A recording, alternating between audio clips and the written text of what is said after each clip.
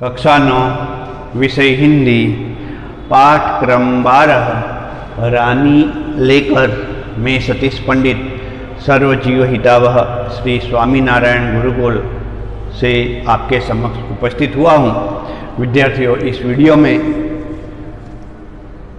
एक महत्वपूर्ण संस्मरण रानी, जिसकी लेखिका रही है हिंदी साहित्य की प्रख्यात कवयित्री महादेवी वर्मा, मैं यह पाठ लेकर आपके समक्ष उपस्थित हुआ हूँ।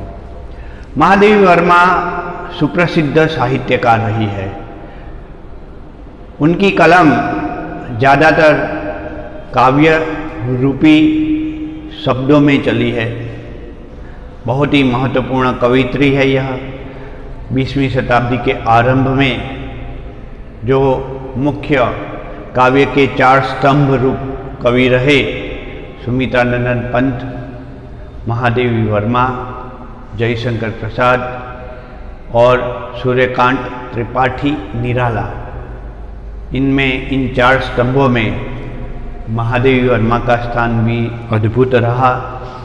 इन चारों के महत्वपूर्ण योगदान के कारण यह समय जो है छायावाद के नाम से इन चारों महाकवियों की छाया में पला काल, छाया काल से यह काल प्रसिद्ध रहा। हिंदी साहित्य में इन्होंने कविता के रूप में तो योगदान दिया है, क्वचित लेखन कार्य भी इनका बहुत ही अच्छा रहा। उनके कुछ संस्मरण अद्भुत है, जैसे कि सोना हिरनी, जिसमें एक हिरनी की बात की गई है और जीवदया इनका मुख्य विषय रहा है। सोना हिरनी में भी वही बात है कि एक हिरनी है, लेखिका को वह हिरनी एक शिकारी के पास से बाल स्वरूप में मिली थी और उसे उन्होंने पाला था और बाद में करुणा भरी परिस्थिति का निर्माण भी हुआ था। साथ साथ में गौरा गाय नामक एक महत्वपूर्ण संस्मरण भी लेखिका महादेवी वर्मा का रहा है। उन्होंने एक गाय का सुंदर चित्रण किया है। हालांकि अपने स्वार्थ हेतु सिर्फ दूध की प्राप्ति हो, इस हेतु वो कभी गाय को पालना नहीं चाहते थे, लेकिन उनकी बहन ने यह गाय जो थी वह लेखिका को दी थी, इसलिए उन्हें पालना पड़ा था, अथवा गिफ्ट में पुरस्कार में मिली हुई चीज़ को सम्मानपूर्वक स्वीकार करना होता है, इसलिए उन्होंने गाय का स्वीकार किया था। यहाँ रानी, यह भी एक महत्वपूर्ण संस्मरण है, जिसमें लेखिका जब छोटी होती है, बाल्यकाल में होती है, उस समय की बात की गई है कि लेखिका के घर में कई पालतू पशु पक्षी इत्यादि थे, लेकिन लेखिका का मन एक छोटी ऊंचाई धारण की हुई कोई घोड़ी हो उस पर था। तो उसके बाबूजी अर्थात पिताजी लेखिका के लिए और उसके परिवार के लिए एक घोड़ी ले आते हैं और उसके बाद वो जो स्मृतियाँ आरंभ होती है, लेखिका अपने जीवन काल में कभी भी नहीं भूल पाई। बहुत ही अद्भुत स्मृतियाँ है। यह पाठ हम जब पढ़ेंगे तो पता चल जाएगा कि किस प्रकार की स्मृतियाँ लेखिका के मन में जीवन भर रानी घोड़ी के प्रति बनी रही। तो आइए मैं इस पाठ की अधिक जानकारी देने के लिए पाठ वाचन के साथ महत्वपूर्ण लेखिका के संस्मरण को प्रस्तुत करता हूँ। रियासत होने के कारण इंदौर में शानदार घोड़ों और सवारों का आधिक्य था। इसके अतिरिक्त हम अंग्रेजों के बच्चों को छोटे टट्टुओं या सफ़ेद गद्धों, जिनकी जाति के संबंध में रामा ने हमारा ज्ञान वर्धन किया था, पर घूमते देखते थे। तो यहाँ लेखिका ने बताया है कि वह छोटी हाइट वाले घोड़ों के ऊपर बैठना पसंद करती थी, और यही नहीं, उन्होंने कुछ अंग्रेजों के बच्चों को देखा था कि छोटे हाइट वाले घोड़े, जिन्हें टट्टू कहते थे, और उन टट्टुओं के ऊपर विदेश में जो अर्थात इंग्लैंड में जो तूफानी लड़के होते थे, शरारती लड़के होते थे, तो उनको सजा दी जाती थी, गधे अर्थात छोटे टट्टुओं, जिन्हें घोड़ा कह सकते हैं, लोग मजाक में उन्हें गधा भी कह देते हैं, जिनकी ऊंचाई कम होती है, ऐसे घोड़े। तो इंग्लैंड में ऐसे लड़कों को सजा दी जाती थी, भारत लाया जाता था और भारत में ऐसे टट्टुओं के ऊपर उन्हें बिठाया जाता था और उनको तो मजा आती थी।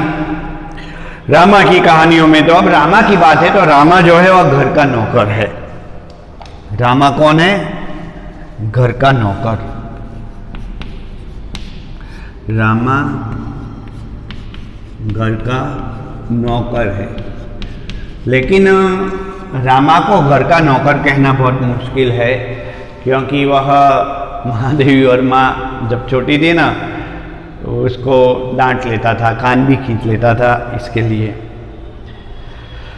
रामा की कहानियों में तो ताजा अपराधियों को गधे पर चढ़ाकर देश निकाला देता था। इन्हें गधों पर बैठकर प्रसन्नता से घूमते देखकर विश्वास करना कठिन था कि इन्हें दंड मिला है या पुरस्कार मिला है। रामा के पास हमारी जिज्ञासा का समाधान था। इन्हें विलायत में गधे पर बैठने का दंड देकर भारत भेजा गया है, क्योंकि वहाँ यह वाहन नहीं है।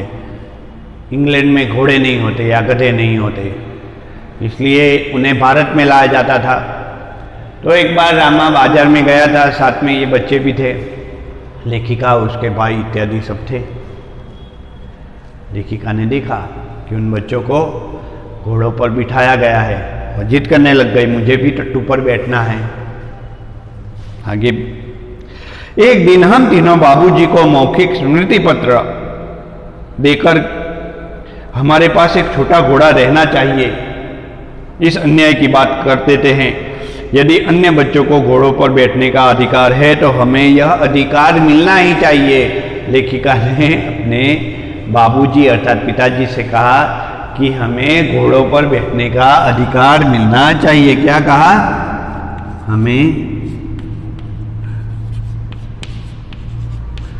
घोड़ों पर बैठने का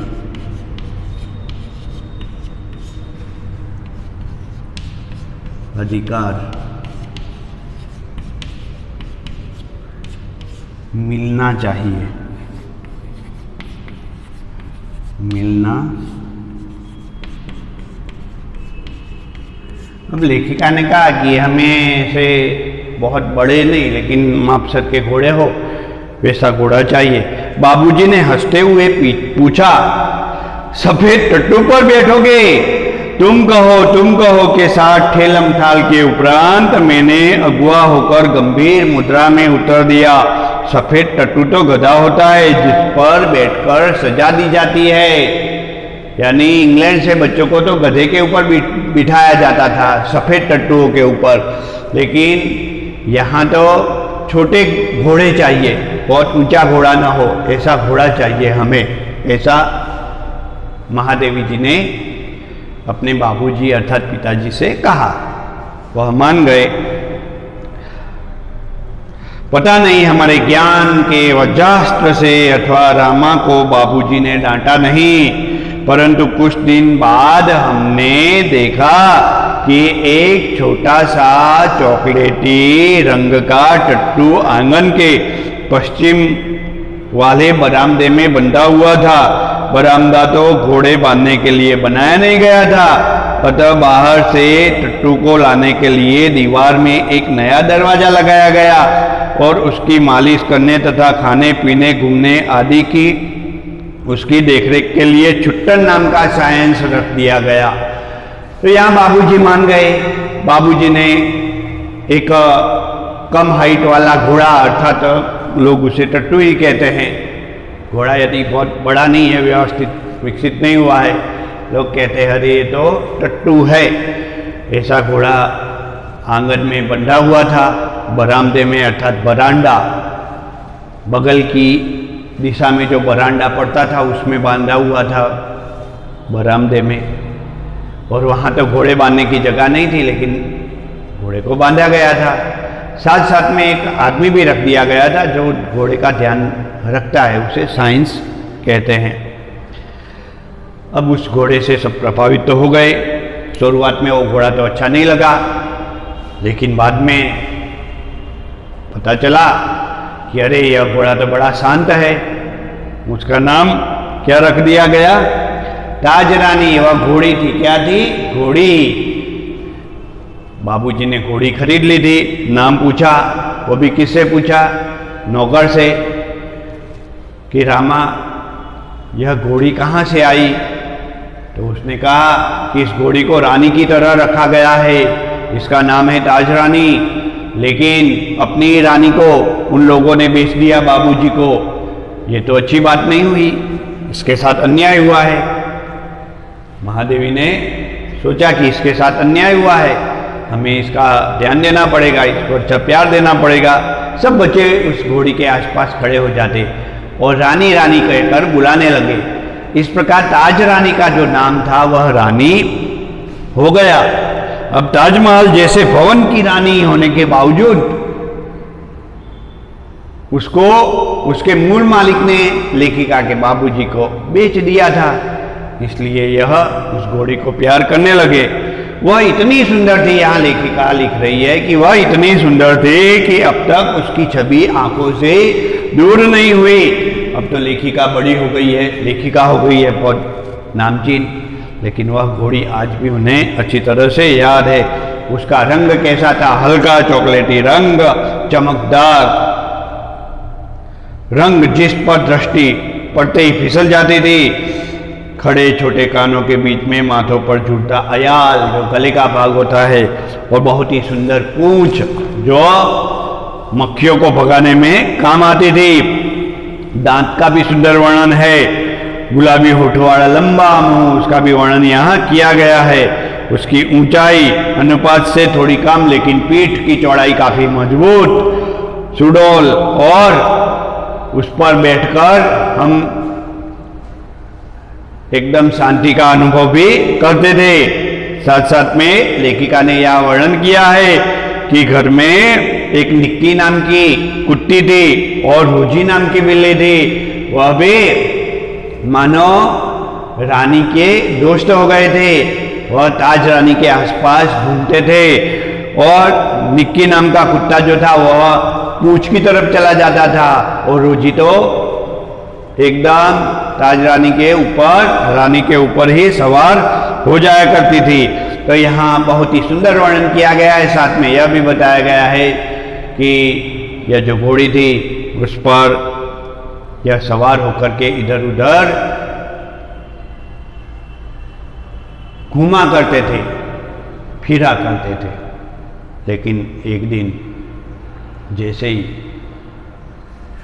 महादेवी, बालिका महादेवी घोड़ी की नंगी पीठ पर बैठी, उसके भाई ने एक छोटी सी संटी यानी डंडी घोड़ी को मार दी। अब उससे घोड़ी को चोट तो नहीं लगी थी, लेकिन घोड़ी को ऐसा लगा मानो बुरा लग गया। उस भूतकाल की स्मृतियां घोड़ी को याद आ गई हो। घोड़ी दौड़ी, इतनी तेज रफ्तार से दौड़ी कि मानो विश्व रिकॉर्ड ही कर लेना हो।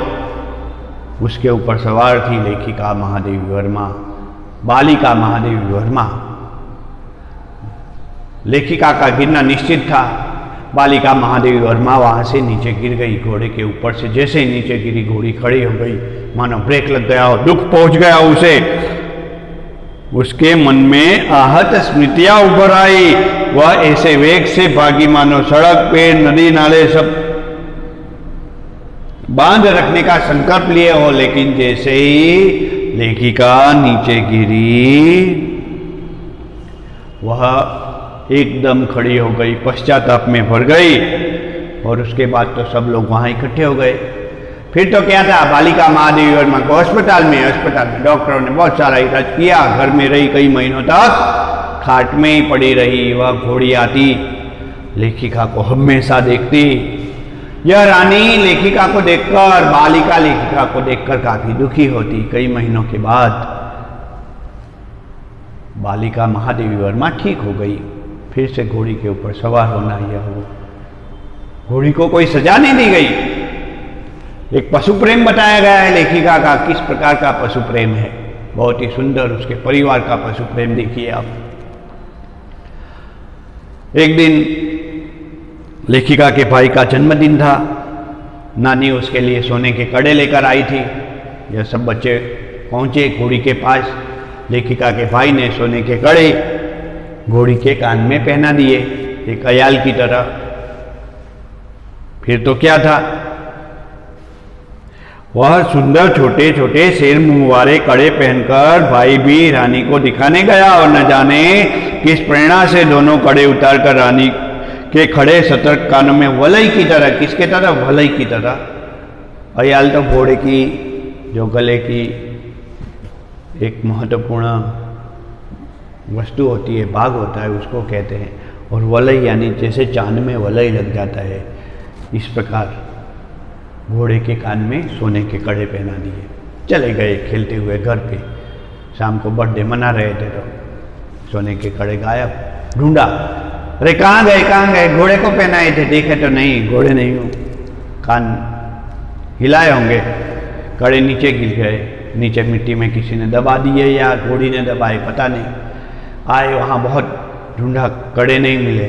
खड्डा किया गया, खड्डे में से दोनों सोने के कड़े मिल गए। और इस प्रकार सब हंसने लग गए कि अरे तुम घोड़ी का, रानी का बहुत ही अच्छा ध्यान दे रहे हो, बच्चों की प्रिय रानी बन गई। अब एक दिन सुबह उठकर देखते हैं तो रानी के आगे एक बच्चा था। पूछने पर पता चला रानी ने एक बहुत ही सुंदर बच्चे को जन्म दिया है। भाई गजब की बात है। अब इस घटना को देखकर,